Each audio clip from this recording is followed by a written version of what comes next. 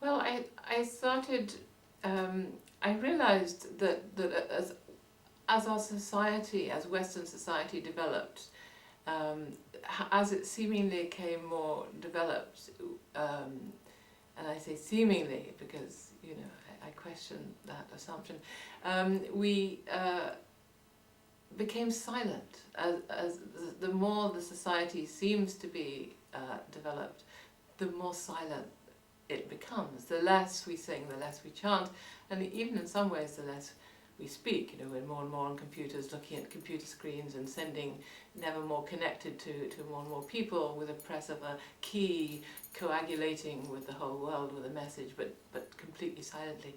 So I realized that this kind of going silent, you know, that we'd lost our songs, that the mothers had lost their songs, the old people had lost their songs, the children had lost their songs. And so in the 70s I started to realize that it was really important to try to bring that back in some way to people who've been told they couldn't sing, to people who've been told they couldn't sing in tune, and to find a way of reintroducing people to their voices. And so I'd spent a lot of time now we're studying with Tibetan lamas and various other mystical traditions that use chant, you know, Sufism, Sufi zikkers, but particularly Tibetan Buddhism, where there was sustained pujas, and this had made me realize the power that had as a spiritual practice. So I wanted to bring back sound and chanting to a voiceless society, and both to bring back a sense of happiness, bliss, ecstasy that comes from singing, and also the kind of bliss that comes from the spiritual practice of chanting. So I started teaching and giving workshops, and I used the teaching of overtone chanting. I think I was probably the first person to do this. I started giving workshops which had this as a kind of theme around which everything else was woven. You know, breathing and mantra and all kinds of other sacred uses of the voice. But the overtone chanting was the theme, was the core around which I did other things. And at that time, you know, nobody had heard of it. You know, there was nobody doing it. There was nobody, except for Stockhausen and Stimmung. There was really nothing except for a few recordings of Mongolian and maybe Tuva. I think there was one recording of Tuva, maybe, you know, a couple of Mongolia, and Stimmung, and I think that was all there was available. And then of course the Gutta monks, there were a few recordings of the Gutta monks who I'd worked with. So that was about it, and so it was really unheard of. Nobody had ever come across it before. And it made a very wonderful way of introducing vocal sound and the power of vocal sound to people who had become what I call disenchanted, which means, you know, no longer being made magical through chant. So I thought, you know, if we introduce chant again, then people can become re-enchanted. And so I started teaching it and have been teaching it ever since. I teach a lot of other things besides, but that's, you know, a kind of core practice that I find is a very useful way of transmitting both the rediscovery of the magic of the voice and also a very useful meditation technique.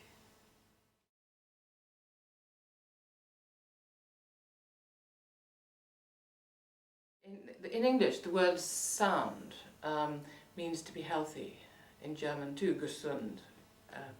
And it means also to be true. So in English we say, you know, are their ideas sound? This is a colloquial expression, are their ideas sound? In other words, are they true? Are they right? You know?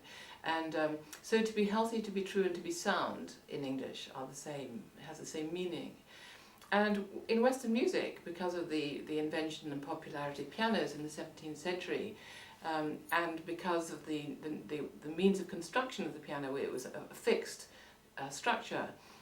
It wasn't possible to change anything. You couldn't change key. You couldn't play in different keys. It was out of tune in one place, in tune in another.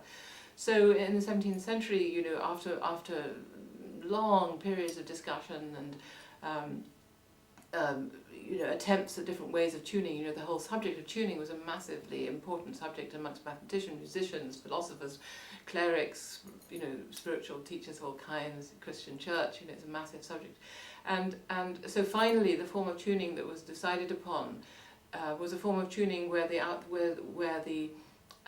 Pythagorean comma, the interval. So if you take a note and you go to the note 5 notes above it. So if you're starting with C, you go to G, and then from G you go to the 5th and the 5th and the 5th.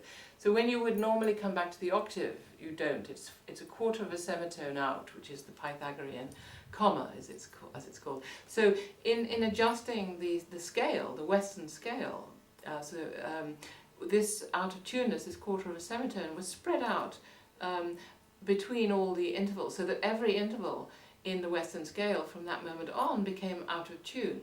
You know, either a little bit sharp, a little bit flat. So since that moment, all Western music has been out of tune, and not just Western music, because now, you know, because of television and radio. So now we've kind of, in a sense, infected the whole of world music with our out of tuneness, because you know this influence has spread, and if you play with Western instruments, then there's nothing you can do about it, especially if it's a piano, and. So this out of tuneness seems to me a very significant change that occurred in the 17th century, this period at the beginning of the sort of rational, what was strangely called the Age of Enlightenment, when this began this, you know, sort of fanatical period of counting, where people started counting and measuring and also stopping, you know, singing, and that this coincided with this moment where all Western music retuned in a way that we became out of tune, and what it meant was that the whole of Western music that happened since then became possible, and Bach celebrated with his preludes and fugues for the well-tempered piano, and said, "Look what we can do now. You know, I can play in every single key, and how glorious it is," and of course how glorious it was, and the whole Western musical tradition that came from that moment on could never have been possible without this compromise, this kind of fudgery, which I actually call a pact with the devil. You know, if we make every note out of tune, look what glorious music, look what heavenly music we can make. Only as long as every note is out of tune with every other one. But if we make every note out of tune, look what we can do. And the assumption was that nobody would notice. You know, that nobody would notice it was out of tune because it wasn't very out of tune, because if you spread out the out of tuners enough, then the idea is that nobody really notices, and most people didn't and don't, and hence we have the exquisite classical tradition that we have now, which would never have been possible without this pact. The other thing about this what happened when you do this is that, you know, so what happened is, if you have the cycle of fifths, this famous cycle of fifths, you know, where you go on, you get to this point, you know, where you can't come back to the octave. In a sense, you're maintaining a spiral. You know, you're always just going on like that. Whereas if you remove that, you know, that quarter of a semitone, then in a sense what you're doing is you're keeping us earthbound. You know, it's like what we call the eternal dull round. You know, you're forever earthbound. And so I see that eternal dull round, the pact with the devil, that this ignoring the real tuning which is given to us by the harmonics, which is the division of the entirety of and the pristine unity of any object by itself, of itself, in which it reveals its own sonorous nature in these exquisite intervals. If you tamper with that, if you change that, if you readjust it, if you fudge it, if you make it out of tune, then you're stuck on earth, you're stuck in the material world, and you can never be sound in mind and body. You can never be healthy, because you're always tuning with something which is out of tune. So you're forever exiled from the kind of heaven of being in tune with nature. You're forever exiled with your ability to be in tune with another person. You're forever exiled from the ability to be internally in tune with your own organs, because you have entered a kind of dissonance with the true revelatory tuning of the world that we inhabit.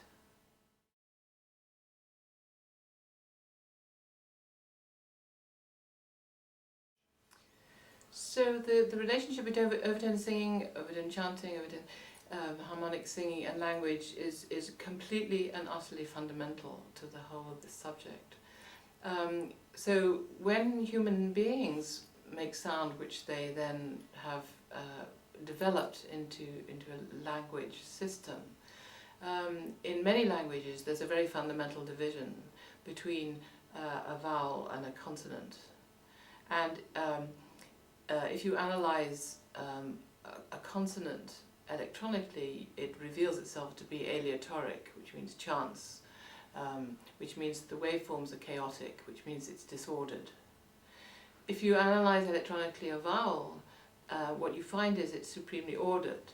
You have sort of sine waves, pure sine waves. So harmonics are order, vowels are disorder. And in the history of the metaphysics of language, this is very, very important.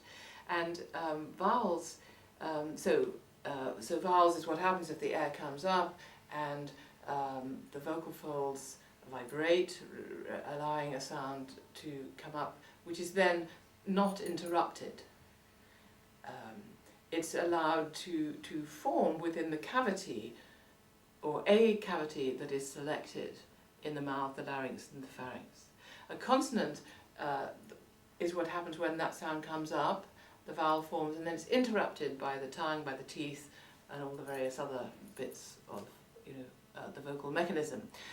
And when it's interrupted, then you have this noise sound, d, or you have a sounded vowel, or a sounded consonant, or a percussive consonant, and many others, t, or d. This is an introduction of noise, of disorder. And so when we speak with a combination and a permutation of all the possibilities of order and disorder. And usually the consonants are the punctuation. They're what punctuate the order. So the vowels are the order, depending which way you shape the mouth, you amplify the harmonics contained within the sound itself. And then you punctuate it. You signify a beginning and an end by a noise sound. And this one of the principal differences between speech and singing or chanting is the duration of these two. So when you're speaking, the duration of the noise and the disorder and the order are almost balanced. But as soon as you start singing, as soon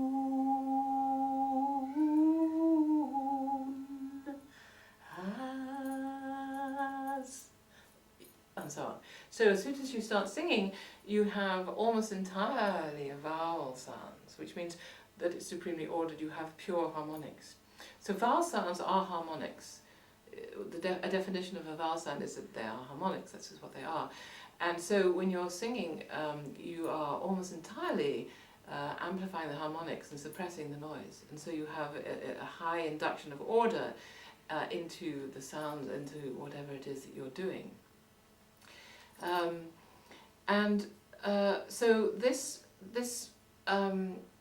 tradition about vowels and consonants is a very ancient one, and in many traditions vowels are considered so sacred that they cannot be written.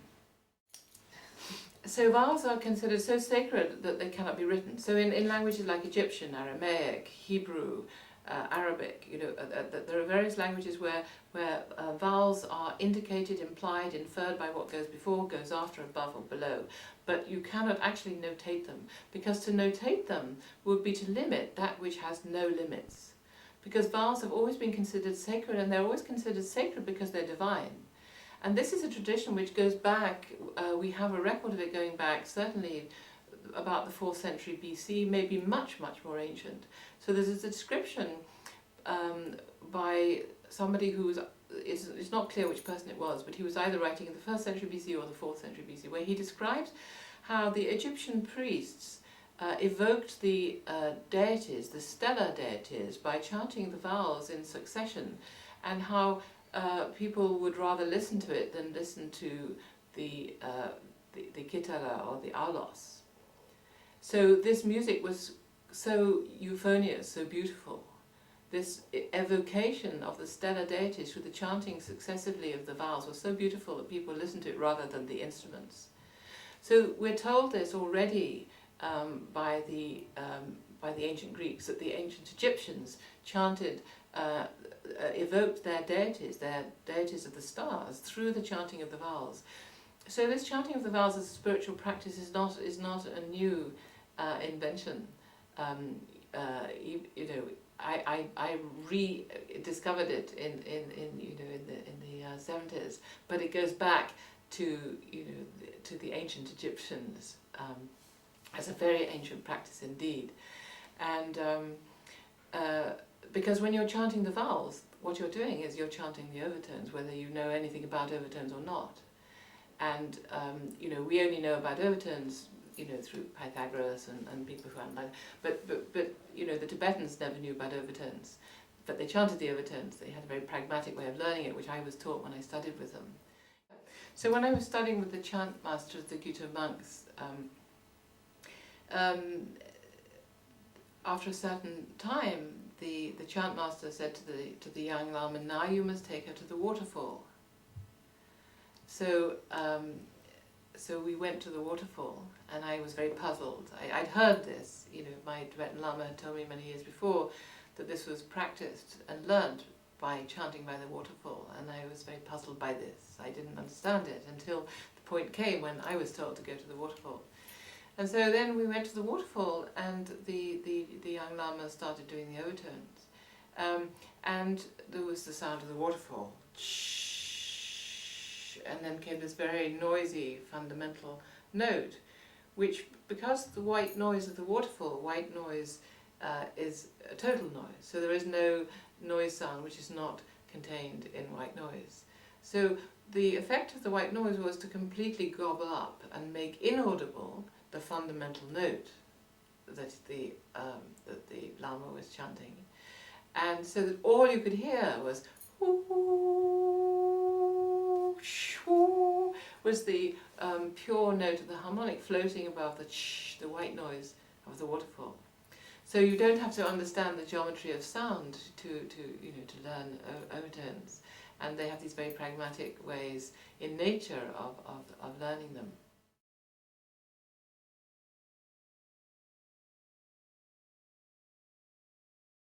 I've developed the overtone chanting as a spiritual practice for a number of reasons. Is that when you use sound for practice, traditionally liturgy and mantra are in archaic languages. The reason for this is they take you beyond the discursive mind into the nature of mind itself.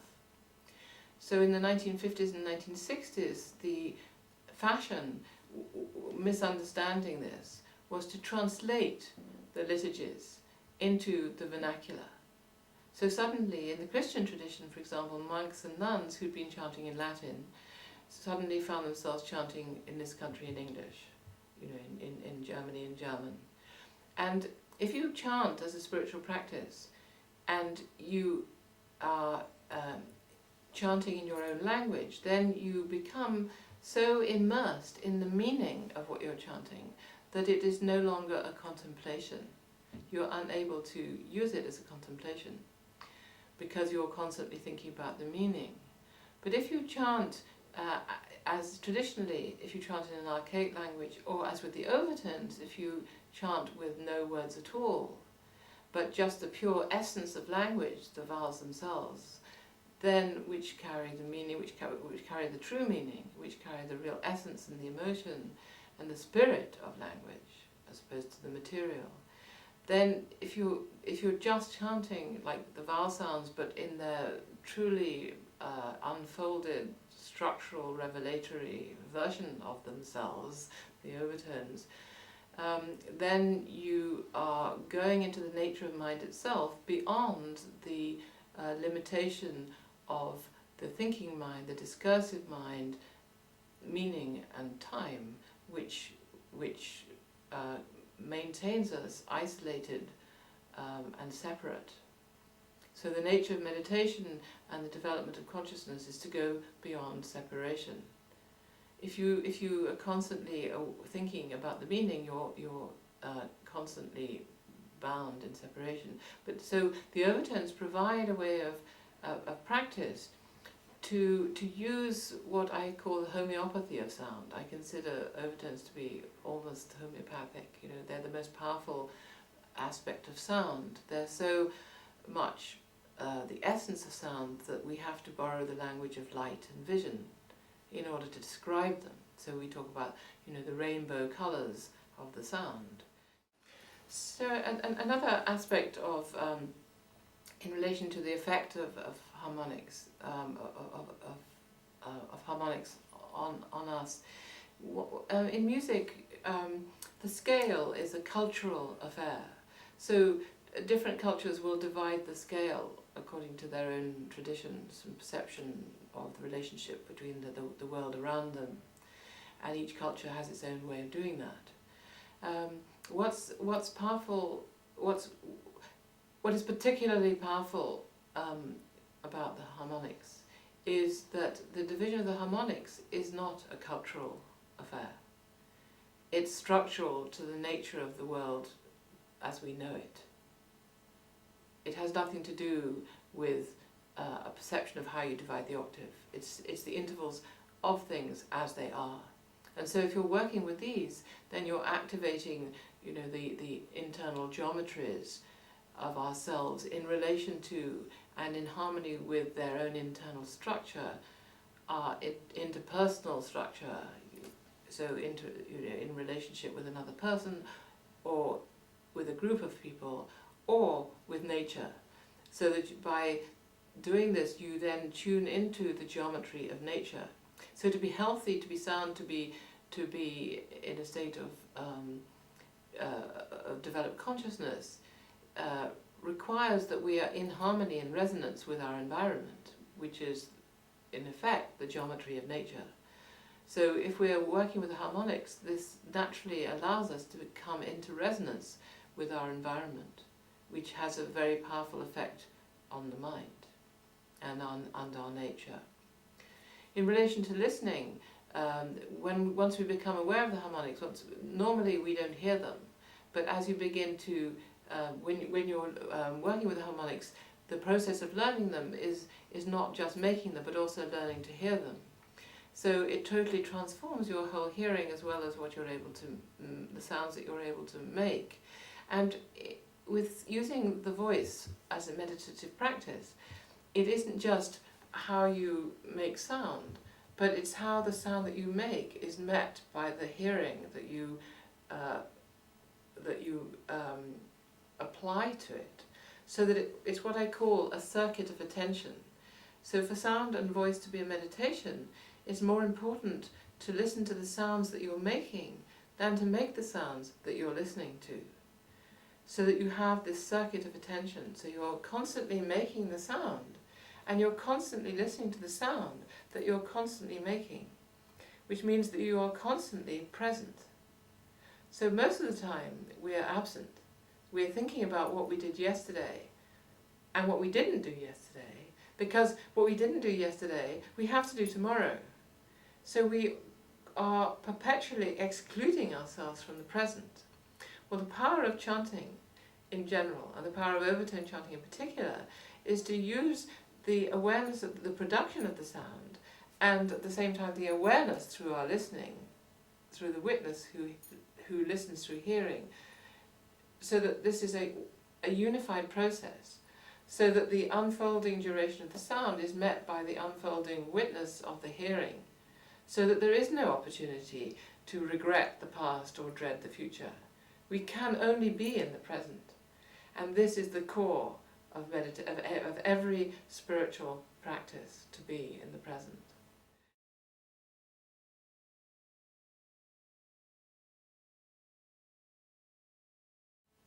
So what I think about overtones in relation to the spiritual scene, I mean, everything I've said up to now is part of the answer to that question, because I've been talking mostly about how the overtones are an important part of spiritual practice, and for me, that is the most important point about overtones. So I don't do overtone chanting as a performance, because you know, I don't see myself as a professionally performing musician.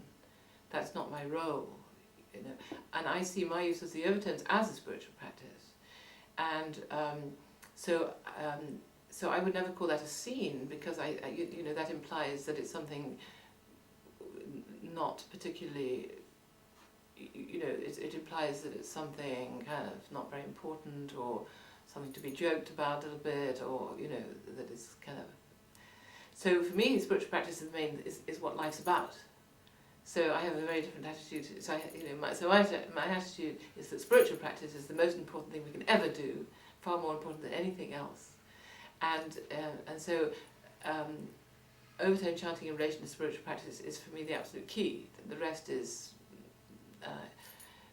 much less important. You know, that's overtone. You know, working with the overtones traditionally has always been that, from the ancient Egyptians onwards. You know, if you see vowels as overtones, which of course they are, so it's always been spiritual practice. And so, you know, we have this, you know, from the very earliest descriptions, you know, 4th century BC. So to say that it's become part of us something more recently, yes, I mean, I started that. You know, I started teaching this in the 1970s as a spiritual practice. So in a sense, I'm kind of responsible for that. You know, I rediscovered this as a spiritual practice, which it had always been, but somehow had become forgotten. And then in terms of Central Asia, you know, so overtone chanting survived indigenously only in Central Asia, you know, in Mongolia, in Tibet, and in Tuva, in Siberia. I have never really heard proper overtone chanting anywhere else indigenously. Some people say they've heard it here and there, but I've never heard anything convincing anywhere except Mongolia, Siberia, or Tuva, and Tibet. This seems to be the main traditions. Now, if you talk to ethnomusicologists 20 years ago about, you know, is overtone chanting a shamanic practice, they would have said no. And that's because shamanism, it was okay to be Buddhist. It wasn't really, because it was already communist. But Buddhism was somehow on a par with Christianity, with Judaism, with all the major religions, which had become equalized over the years, you know. But shamanism was not. Shamanism at that time was still considered by shamanic cultures to be rather a shameful thing, to be a heathen thing. And so whenever anthropologists went and talked to people who did it and said, well, is this shamanic practice? They'd say, oh, no, no, no, because shamanism was considered very shameful at that time. Now, shamanism is, you know, very popular, all the rage. It's good to be a shaman, you know, it's the best thing, you know, to be a shaman. Shaman is you know, some people think it's a very amazing thing. You know, it's a personal way of making your contact with the divine. So now if you would ask people in Central Asia, you know, at least not in Tibet, of course, but where it's a Buddhist practice, but in Tuva or Mongolia, you know, they might give you a very different answer. They may, because they're now trying to revive their shamanic tradition, and people who've studied shamanism in California will go back to Mongolia and take Californian shamanism back to Mongolia, you know, with good intentions, but, you know. So everything's getting very confused now, so you get these patterns going backwards and forwards by well-meaning Westerners trying to sort of to reseed shamanism in the countries where it always existed before but was suppressed. So anyway, overtone chanting as part of the folk tradition, which it became, you know, singing on horseback and on the Mongolian plains and singing with a horse-headed fiddle and so on. This tradition has become non-shamanic, but originally I'm sure was a shamanic tradition, which means was a spiritual practice within the culture of Central Asia, and comes within a category called the voice mask of the shaman. So within ethnomusicology, the voice mask is the shaman's so the shaman has his or her own voice, and then the voice mask is the voice of the spirits. And so overtone chanting comes within the category of what's known within ethnomusicology as the voice mask, where you have the shaman and the spirit voice. But one of the things about overtones is because they sound so magical, that when people first hear them, they want them. So there's something to be desired, that they want to be able to do them because they sound so magical. So they're very attractive, they're very glamorous in a sense. They have a certain glamour because they're unusual and people haven't heard of them, much less so. When I started, nobody had heard of them. Now many more have. And so it becomes a little bit special to be able to do them. And so people want to do them. So there's this, so associated with them is the desire of attainment, which is completely contra to all spiritual practice. Because if there's something you want, the whole point of spiritual practice is that there isn't something else besides you that you desire, because your desire is forever unsatisfied. This is the fundamental principle in Buddhism, the separation. There's me and there's you. I like you, I want you, and I can never have you enough. So if overtones are very beautiful and very magical, then people say, I want to be able to do that. And when I started teaching this, in the early days, in the 70s, because I always had this as the core around the whole spiritual practice and lots of other things, I do all kinds of other things too. If people felt that they weren't getting it, I wasn't spending enough time on it, they used to get very cross because they wanted it. They wanted to be able to do it. They wanted to sound magical in this way. So there's always that ambiguity, in a sense, when teaching the overtones, is that it's a very, very powerful spiritual practice, but it's also something that people want to attain because it sounds rather magical, and they feel that they'll be somehow liked better if they do it than if they don't do it. It's because they have this little bit of kind of magic around it, and so people want to be able to do it. But on the other hand, with the spiritual practice, you have to get over that. You have to get over the fact of the desire to be able to do it, to get to the real core of it. And also there's another feature when you're doing it in a group, because for me the importance of this is doing it in a group. I don't do it as a performance, probably for this very reason, because I don't want it to be something glamorous and magical. So I've never cultivated it as a something to do to entertain. But when you're teaching it in a group, because of the nature of overtones, to separate out from the voice that's allowing them to come into being, because you don't exactly make them, you allow them by amplifying the harmonics through giving them the shape that they like to become louder in, to amplify in. So they never really belong to you. You allow them to come into being, but then they take off and they inhabit the room. They spiral around the room. So you can never really say it's mine. They're very democratic, because you don't really know whose they are.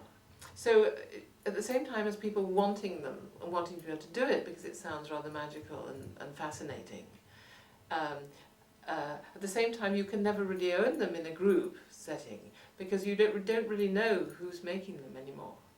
So for me this is another little twist on one of their qualities, which you can't, in a sense you can't own them.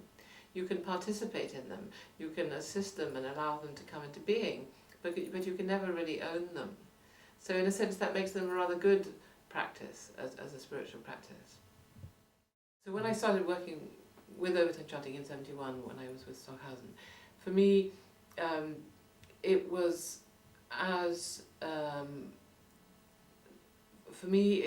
not about performance. For me it was about discovering something and being able to use sound and voice as a spiritual practice, which it's always been in every tradition. Art devoid of spirituality is a lost cause for me.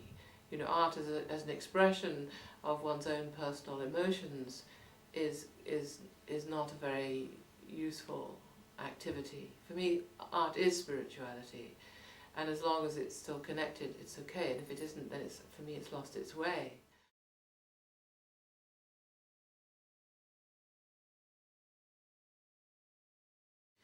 So, so my personal vision of overtone chanting is in connection with it as a spiritual practice and as a means by which people can rediscover the lost voice, in which people can discover their own lost voice. So when I teach people, when I have workshops, people say, well, I used to sing, but I lost my voice. Or, well, I lost my voice. Or, I was told I couldn't sing. Or, I was told I couldn't sing in tune. Or, I can't sing. So, you know, since the whole professionalization of music, since you could even say musical notation, you know, it became, in a sense, music was hijacked, you could say, by the professionals. Sacred music was hijacked. So, in a sense, I'm trying to allow people to rediscover their lost voice. You know, I sometimes wonder, where are all these lost voices? Is there a kind of pit somewhere, you know, with all these lost voices in it? So for me, it's about rediscovering our lost voice, and if this is a means for people to discover it, because, you know, singing, when you're chanting overtones, you're chanting on a single note. You can't sing out of tune on a single note. And so, in a sense, it's a way of giving people back their voices in a way where they can't be any longer vulnerable by what they were told as children. You know, you can't sing in tune, or your voice is not attractive, or stand at the back and pretend to sing, but we don't actually want to hear what you're doing. In other words, your voice is your soul, but your soul is unacceptable. We don't want to share it, we don't want to see it, we don't want to hear it. You know, this is a terrible thing that happens for children. So to be able, and it's not just children, it's as if we as a society have lost our voice.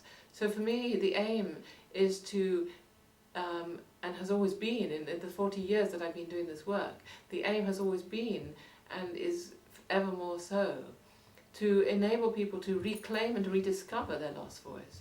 And if this enables people to do it, because it's a way which is equally attainable by singers or non-singers,